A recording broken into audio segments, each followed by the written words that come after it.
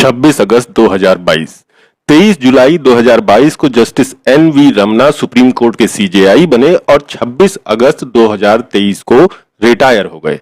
अपने आने के पहले 3 महीनों में तो उन्होंने ताबड़तोड़ कुछ एक फैसले किए, थोड़ा सा अमित शाह के कोऑपरेटिव बैंक को छुआ, लेकिन इसके बाद का कार्यकाल देखें तो बाकी के अपने पूरे कार्यकाल में रमना साहब ने कुछ नहीं किया सिवाय गाल बजाने के। गाल बजाना आम बोलचाल की भाषा में बड़ी बड़ी और अच्छी अच्छी ऐसी बातों को करने को कहते हैं कि जो कभी पूरी नहीं होती। लगभग 16 महीने के कार्यकाल में रमना साहब ने 29 लेक्चर दिए, हिंदी में बोले तो व्याख्यान। मगर बात करें उन 53 मामलों की जिन पर अगर फैसला आए तो देश बदल सकता था और जो मोदी के आने के बाद से ही सुप्रीम कोर्ट में न्याय की बाट जो रहे हैं, तो रमना सर ने उनको टच तक नहीं किया, छुआ तक नहीं। मसलन जम्मू कश्मीर में अनुच्छेद 370 का हनन 1115 दिनों से पेंडिंग पड़ा रहा और जाने कब तक पेंडिंग पड़ा रहेगा। या फिर राजनीतिक चंदे को बढ़ावा देने के लिए चुनावी बांड को चुनौती का केस जो 1816 दिन से पेंडिंग पड़ा है। कर्नाटक सरकार ने सरकारी शिक्षण संस्थानों में मुस्लिम छात्राओं के हिजाब पर प्रतिबंध लगाया है, वो भी 159 दिनों से पेंडिंग पड़ा है। ईडब्ल्यूएस आरक्षण का मामला 1323 दिनों से पेंडिंग पड़ा है। यूएपीए को भी चुनौती दी गई है क्योंकि ये असहमत को दबाने का औजार बन चुका है, तो ये भी मामला 1105 दिनों से पेंडिंग पड़ा है।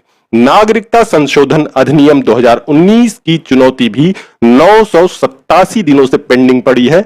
रमना साहब ने इनमें से एक भी मामला नहीं छुआ और यह सब तब हुआ जब पूरे 16 महीने तक जस्टिस रमना सुप्रीम कोर्ट के मास्टर ऑफ रोस्टर रहे। मास्टर ऑफ रोस्टर मतलब वो जब भी चाहते इन मामलों को सुनवाई के लिए लिस्ट करने का आदेश दे सकते थे, जब चाहे इन मामलों की सुनवाई के लिए जजों की बेंच अपॉइंट कर सकते थे। मगर रमना साहब ने ऐसा कुछ नहीं किया, बल्कि उनके कार्यकाल में उन्होंने जो 5 जजों की इकलौती संविधान बेंच गठित की, जरा सुनिए वो बेंच किसके लिए थी। आप अंदाजा नहीं लगा सकते कि इस बेंच में सुना गया मुकदमा किसका था।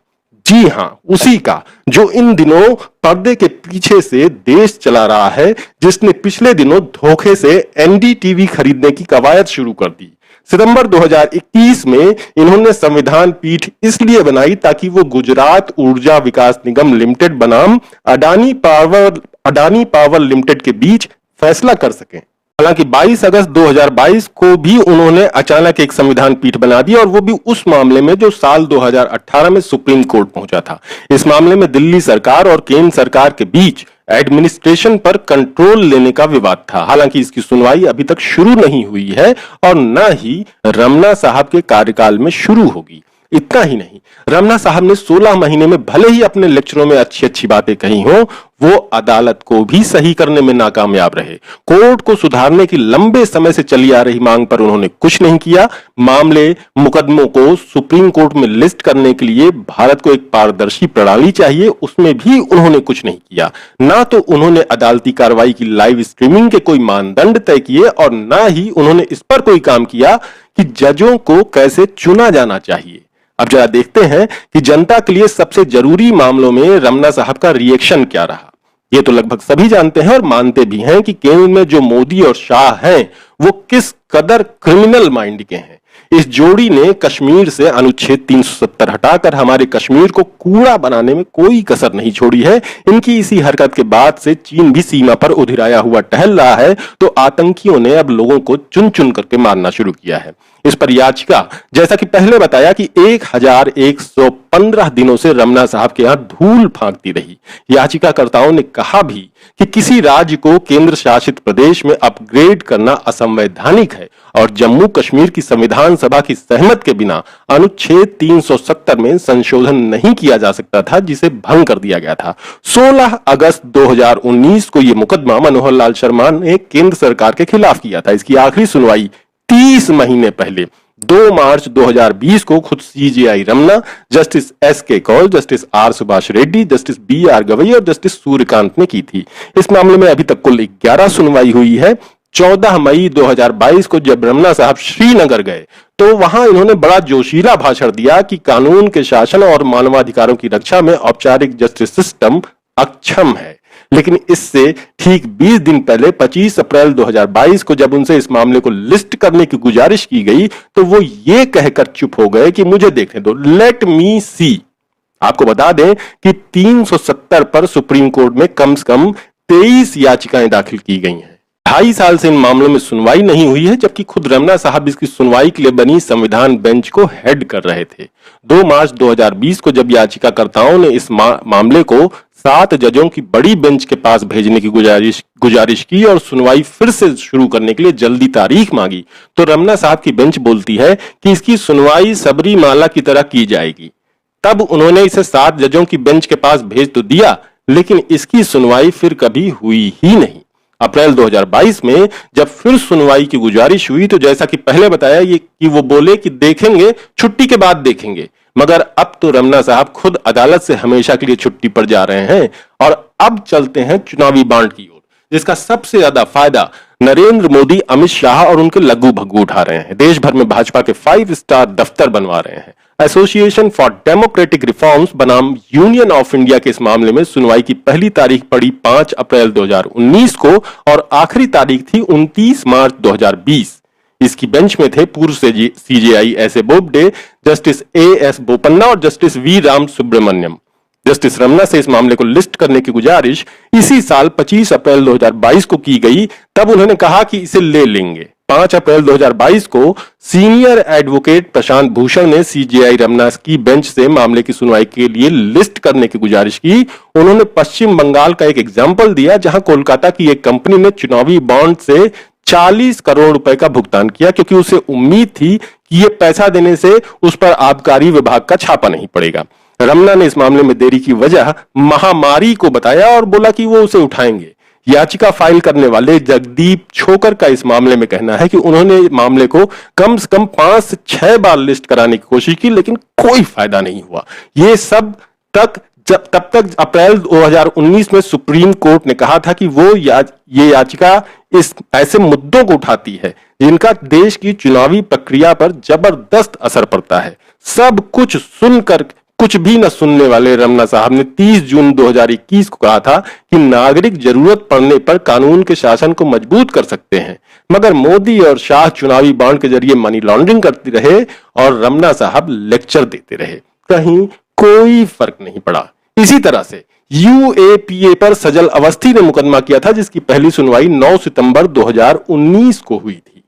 इस मामले में 35 महीने पहले सिर्फ एक ही सुनवाई हुई और पिछले 1105 दिनों से इस मामले में एक भी सुनवाई नहीं हुई। अमेरिका में 26 जून 2022 को रमना साहब ने लेक्चर दिया था कि हम सभी के लिए, दुनिया के नागरिकों के लिए स्वतंत्रता और लोकतंत्र को बनाए रखने और आगे बढ़ाने के लिए अथक प्रयास करना आवश्यक है, जिसके लिए हमारे पूर्वजों ने लड़ाई लड़ी है। लेकिन ये याचिका उनके घर में, उनके दफ्तर में धूल फांकती रही, जिसमें याचिकाकर्ता ने गुहार लगाई थी, साहब यूएपीए जो है उसके प्रावधान बिल्कुल अस्पष्ट हैं, अभिव्यक्ति की स्वतंत्रता का उल्लंघन करते हैं और स्टेट को उसके मन मुताबिक कानून को तोड़ने, मरोड़ने और कचरे में फेंक देने की ताकत देते हैं। इसके प्रावधान लोकतंत्र के लिए बेहद घातक हैं, लेकिन रमना साहब ने नहीं सुना। नवंबर 2021 में ऐसी ही एक याचिका खुद रमना साहब के सामने आई, जिसमें उन्होंने नोटिस तो जारी किया, लेकिन फिर उस मामले में कभी भी सुनवाई नहीं की। बल्कि 15 जून 2021 को एक जमानत के आदेश में जब दिल्ली हाईकोर्ट ने कहा कि सामान्य अपराध चाहे कितने भी गंभीर हों, यूएपीए के तहत कवर नहीं होते, तो सुप्रीम कोर्ट कहने लगा कि दिल्ली हाईकोर्ट का आदेश कोई मिसाल नहीं है और न माना जाएगा। इसी तरह से ईडब्ल्यूएस रिजर्वेशन के मामले में पूर्व सीजेआई बोबडे की बेंच ने पहली सुनवाई 12 मार्च 2019 को की थी और इस मामले में आखिरी सुनवाई 24 महीने पहले 5 अगस्त 2020 को हुई थी। 1323 दिनों से चल रहे इस मामले में अब तक कुल 6 सुनवाइयां हुई हैं। याचिकाकर्ताओं ने इसमें कहा था कि दलित, आदिवासी या पिछड़ी जाति की स्थिति और बाकी सामाजिक कारकों पर अगर विचार किए बिना केवल आर्थिक मानदंडों के आधार पर सरकारी नौकरियों और शिक्षा में आरक्षण दिया जाए तो वो असंवैधानिक है। 5 दिनों की बहस के बाद 5 अगस्त 2020 को तब के सीजेआई बोबडे की अध्यक्षता वाली 3 जजों की बेंच ने मामले को 5 जजों की एक बड़ी बेंच के पास भेजने का फैसला किया और उसके बाद से कोई सुनवाई ही नहीं हुई। रमना साहब के कार्यकाल में 5 जजों की संविधान पीठ गठित करने का कोई प्रयास नहीं किया गया, मगर रमना साहब लेक्चर जरूर देते रहे। 10 मार्च 2022 को दिल्ली में उन्होंने लेक्चर दिया कि वो कानूनी शिक्षा में लड़कियों के लिए आरक्षण का पुरजोर प्रस्ताव करते हैं। अब चलते हैं सीएए की ओर, जिसकी सुप्रीम कोर्ट में पहली सुनवाई 18 दिसंबर 2019 को बोबडे साहब के बेंच ने की थी। मोदी और अमित शाह का बनाया सीएए भेदभावपूर्ण है क्योंकि ये धर्म पर है, अनुच्छेद 21 के तहत गरिमा के साथ जीने के अधिकार का उल्लंघन है और इसीलिए ये असंवैधानिक है। 31 महीने पहले इस पर आखिरी सुनवाई 22 जनवरी 2020 को हुई थी। 987 दिनों से यह मामला सुप्रीम कोर्ट में उसी तरह से दोयम दर्जे की धूल खा रहा है जिस तरह से मोदी और शाह ने देश के मुसलमानों को दोयम दर्जे के बनाने की गंदी बेहया साजिश रची है। रमना साहब ने इसे छुआ तक नहीं बल्कि देखा ही नहीं। अलबत्ता नेशनल लॉ यूनिवर्सिटी दिल्ली में 9 दिसंबर 2021 को दिए अपने एक लेक्चर में उन्होंने यह जरूर कहा कि शिक्षित युवा सामाजिक वास्तविकता से अलग नहीं रह सकते। आपकी एक विशेष जानकारी है, आपको नेता के रूप में उभरना चाहिए। आखिरकार राजनीतिक चेतना और सुविचारित बहसें देश को हमारे संविधान द्वारा परिकल्पित गौरवशाली भविष्य की ओर ले जा सकती हैं। एक संवेदनशील युवा लोकतंत्र को मजबूत करने के लिए महत्वपूर्ण है। रमना साहब रिटायरमेंट के बाद शायद बताना चाहें कि दोयम दर्जे के नागरिक आखिर किस तरह से लोकतंत्र को मजबूत करेंगे। सीएए कानून को चुनौती देने वालों में से एक यूनाइटेड अगेंस्ट हेट की संस्थापक बनो ज्योत्सना लाहिड़ी ने पूछती हैं कि नागरिकों को और कैसे स्पष्ट शब्दों में बोलना चाहिए। लाहिड़ी कहती हैं कि सीजेआई रमना को न केवल अपने भाषणों में बल्कि अपने क्षेत्र में भी निर्णय के जरिए अपना प्रगतिशील पक्ष दिखाना चाहिए था। इतना ही नहीं, रमना साहब के कार्यकाल में जनहित के भी ढेरों मामले रहे जिनको उन्होंने छूना तक नहीं सही समझा। उन्होंने पेगासस मामले को लिस्ट नहीं किया जिसमें मोदी और शाह पर लोगों की अवैध और गैर कानूनी जासूसी कराने का आरोप है। 2 अगस्त को एक वकील ने रमना की पीठ से 15 मार्च 2022 के कर्नाटक हाईकोर्ट के हिजाब बैन के फैसले खिलाफ सुनवाई के लिए अनुरोध किया तो रमना साहब ने कोई तारीख ही नहीं दी। इस मामले में 26 अप्रैल को उन्होंने कहा कि 2 दिन रुको, फिर 13 जुलाई को उन्होंने कहा कि हफ्ते भर तक रुको। रमना साहब अब रिटायर हो चुके हैं। शुरू में उन्होंने अपनी बातों से जिस तरीके की भौकाल बनाई थी वो भौकाल साल भर वो बनाते ही रहे, लेकिन जब बात कानून और न्याय के शासन की आई तो रमना साहब ने पिछले जजों की तरह ही पतली गली पकड़ने में शायद अपनी भलाई समझी, मगर इस पतली गली ने न्याय की अवधारणा को ही संकरा किया जिससे अब शायद ही किसी आम आदमी को न्याय की आशा हो। नमस्कार दोस्तों, हमारे news channel blue and red news India को लाइक कीजिए, शेयर कीजिए, अनसब्सक्राइब कीजिए। हम मिलेंगे फिर। धन्यवाद।